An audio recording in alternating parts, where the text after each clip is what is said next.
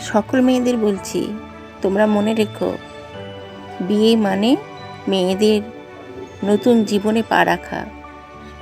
কাজেই সেই পাটা ভাবনা চিন্তা করে ফেলবে। স্বামী যদি যোগ্য সম্মান এবং ভালোবাসা দেয়, তবে শুধু স্বামীর কাছে নয়, স্বামীর পুরো পরিবারের কাছে তুমি রানীর মতো থাকবে। এখানে গরিব বড়লোকের কোনো প্রশ্ন আসে না। ভালোবাসা দিতে গরিব বা বড়লোক হতে হয় না। মনটা বড় হলেই ভালোবাসা দেওয়া যায়।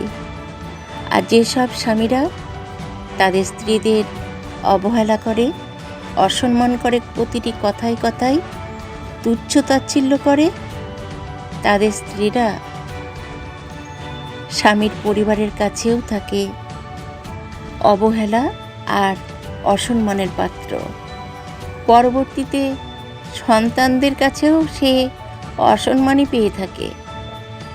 তাই ভাবনা চিন্তা করে জীবনসঙ্গী বেছে নিয়ে বিয়ে করতে রাজি হবে।